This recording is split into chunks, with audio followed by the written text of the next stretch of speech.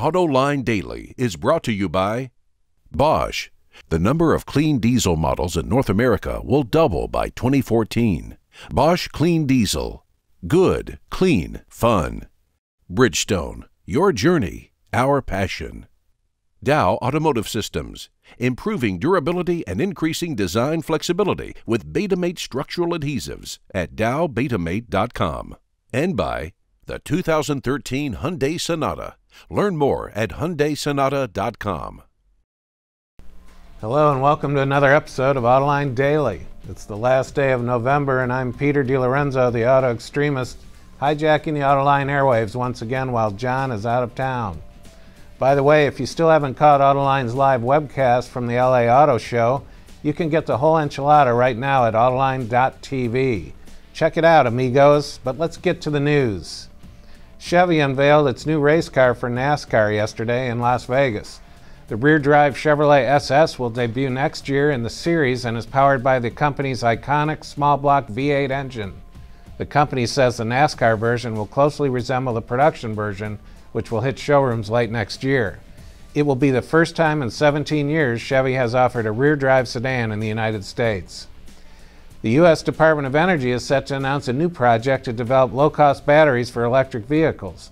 According to the Detroit News, the Argonne National Laboratory near Chicago will be the home base for what is known as the Joint Center for Energy Storage Research. It will include a consortium of 40 labs, universities, and businesses around the country. The $120 million project will develop technologies to reduce the size, weight, and cost of batteries to make EVs more affordable.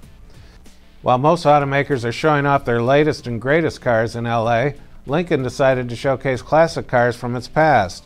So why did the brand decide to do this? John spoke with Lincoln's John Clenard to get the answer.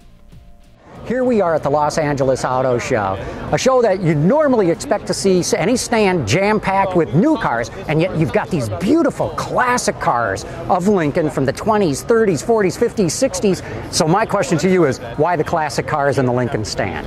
Very simply, heritage. Heritage is so important, particularly with luxury brands, and there are many luxury makers today who don't begin to approach the heritage that Lincoln has. We think this is important because it shows for the proud owners of Lincoln today that they have authenticity built over decades of building truly world-class cars, and that is translated into the new cars. Today we'll replace these cars with the 2013 MKZ to show the continuity and continuation of that heritage. So it all fits together. This is a great surprise for the media today, and those who come in tomorrow will be surprised again to see the new car. The story continues. I wish we could tell the story behind every one of the new cars that are, or the classic cars that are here, but let's talk about this blue one that's right behind me here. What's the story behind this one? This is a great story. The 1956 Continental Mark II was one of the all-time celebrated designs in the industry. That's agreed upon by most critics. This particular car was built specifically for the actress Elizabeth Taylor. It was painted by Ford Motor Company this color. It's the only car that carries this color. It matched Liz Taylor's eyes, the color of blue of her eyes. It was given to her after she and Clark Gable starred in the movie Giant. It went through Warner Studios, and she drove the car for some period of time after that. The man who bought the car recently didn't know, nor did the seller know, that it was Elizabeth Taylor's car. As he researched it, he found that is the case, and it's been verified by Ford. The only car that has this color of paint. Very, very special car. That's unbelievable, and wow, what a blue eyes, a set of eyes she must have had. And let's check out this other one, because I've never seen a Lincoln with this kind of a body on it before. Well, because it's the only one, in fact. This is a one-off? It is a one-off. It is a 1937 Lincoln.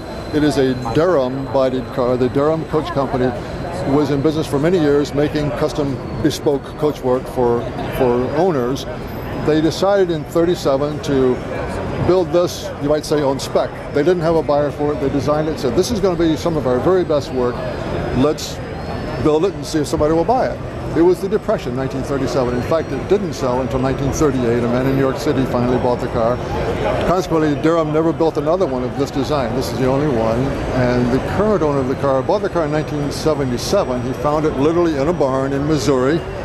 And he was is a very capable car restorer. He says he spent over 9,000 hours personally restoring this car. The muffler is 5 feet long, for example. It's just an amazing car.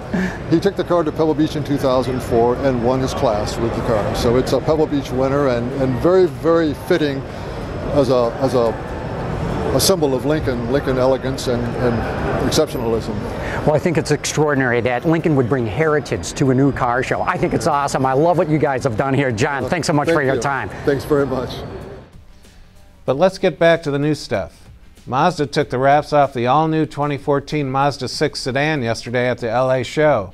The 6 will initially be equipped with a 2.5-liter gasoline engine that produces 184 horsepower and 185 foot-pounds of torque. But what's more intriguing is that the 2014 Mazda 6 will be the first vehicle in Mazda's lineup to feature its 2-stage turbo Skyactiv D clean diesel engine. EPA fuel economy numbers are not available yet, as well as performance estimates for the diesel. Either engine can be mated to a 6-speed automatic or a 6-speed manual. The gasoline version will go on sale in January of 2013, with diesel following shortly behind in the second half of the year. And that brings us to this week's Autoline poll. It's simple. Which automaker stole the LA Auto Show? We're leaving this one open-ended, so just provide an automaker name and, if you want, a reason why. To make your vote count, click the link under today's show. Johnny will reveal the results when he's back in the saddle next week. Coming up next, the driver's Porsche. Dow Automotive Systems, driving solutions in automotive, commercial transportation, and aftermarket with innovative products like Betamate structural adhesives. Lighter, stronger, safer. DowBetamate.com. Porsche took the wraps off its new Cayman at the 2012 LA show. The third generation of the mid-engine Cayman now occupies a unique place in the Porsche lineup, a lineup that has clearly evolved over the years.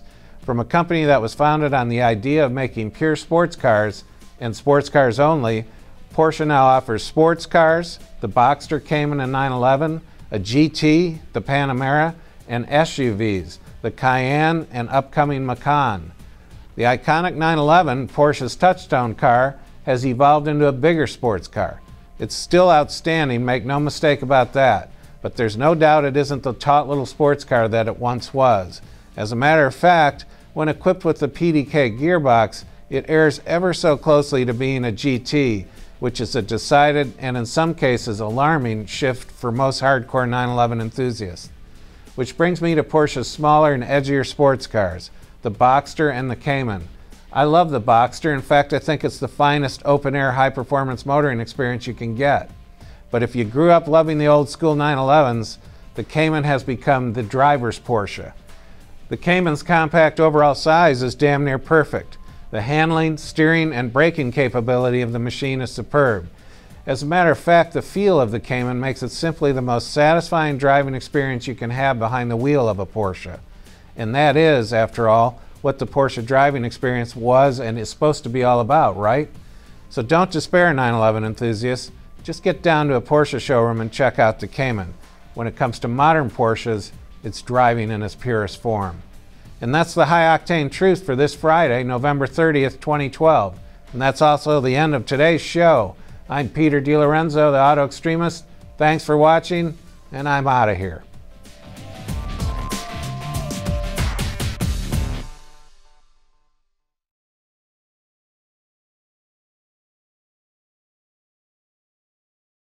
Wards is the industry leader for news, data, and analysis. That's why companies across the globe subscribe to our premium service, maybe even your own.